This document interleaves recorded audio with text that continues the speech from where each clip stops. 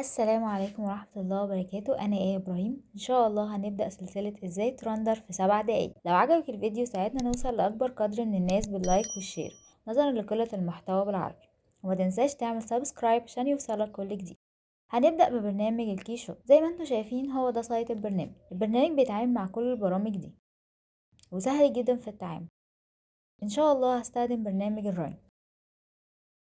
الكيشوت بيفهم اللاير على إنها خامة واحدة. طيب احنا دلوقتي عايزين نستخدم أكتر من خامة، فمثلا في الموديل هنا هغير مثلا الحجر الكبير ده واخليه بلاير مختلفة، والستون اللي تحت هخليها مثلا لونها ازرق، الجزء اللي فوق مثلا هخليه سيلفر واخليه في لاير مختلف، وهنعمل سيف عادي جدا. بنفتح الكيشوت وبندخل الفايل بتاعنا امبورت. بتظهر القائمة دي، مش هنغير فيها حاجة غير بس ان احنا هنتأكد انه يدخل في الوضع زي بالمنظر ده. الكيشوت بيوفر لي مجموعة ماتيريال متنوعة. هنيجي هنا مثلا نختار ميتال، ممكن نختار من الحاجات المتاحة قدامي، او نظرا ان احنا شغالين في الجولري هننزل تحت نختار بريشيوس. هنا مثلا دهب. كل اللي هحتاجه ان انا هشد واسيب. الجزء اللي فوق مثلا خليه سيلفر المنظر ده، خلي اللي فوق زيها. بعدين هنيجي نغير الستون، هنحط ماتيريال الاحجار احمر، ماشي،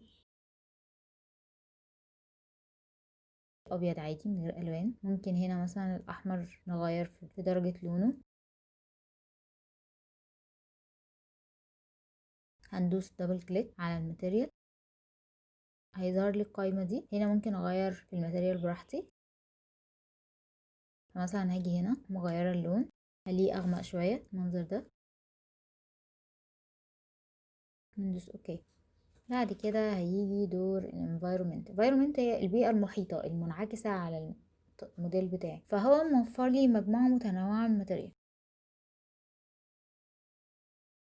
ازاي؟ نفس الطريقة، دراج اند دروب، شد ونسيب. لاحظوا هنا مربع معايا.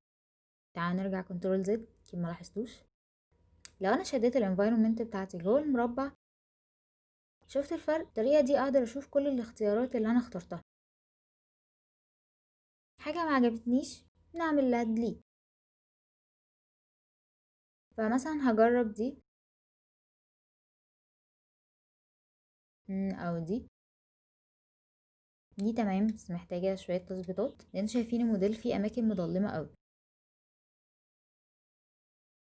فباجي هنا بحركها شوية، حرك الاماكن الغامقة تبقى بعيد عن الشكل بتاعي كده، اضاءته بقت افضل.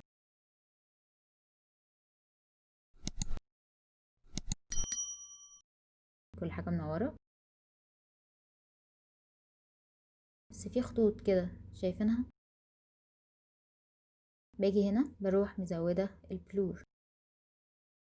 شفتوا تأثير الانفايرومنت بقى مبهم شوية، مبقاش فيه تفاصيل منورة قوي.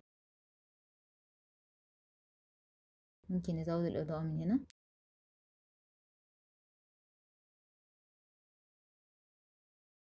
ومن هنا برضو نورت قوي.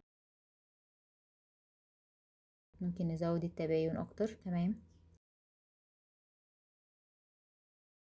هنيجي بعد كده للخلفية بتاعتي. هو موفر لي 3 اختيارات، اما ان انا اختار خلفية الانفايرومنت عادي color، احط اللون اللي يعجبني،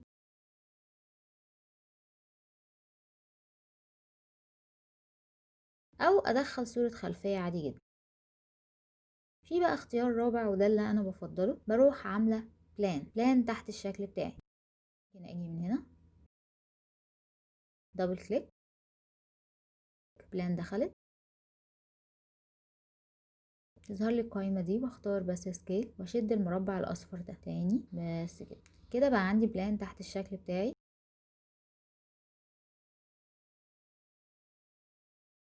اقدر اديها الماتيريال اللي تعجبني.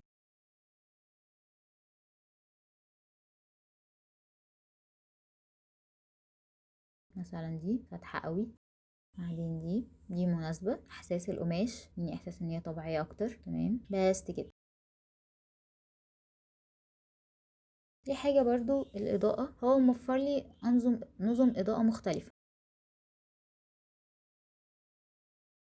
فنظرا ان احنا بنشتغل في الجولري فهختار جولري زي ما انتم شايفين ادت للذهب لمعة اكتر، وادت للحجر شفافية اكتر، وانكسارات للضوء فيه اقوى. ممكن اجي من هنا برضو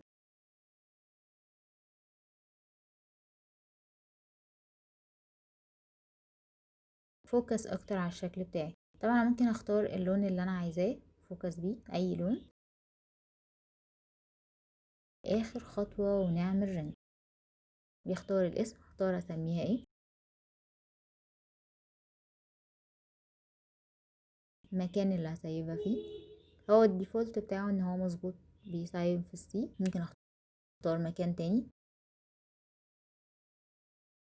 بعدين نوع الصورة جي بي جي بي ان جي، اختار النوع اللي يعجبني. انا هختار جي بي جي عادي. بعدين حجم الصورة والريزوليوشن بتاعها ممكن اكتب او اختار من الحاجات المتاحة قدامي. وبعدين رند بالمنظر ده.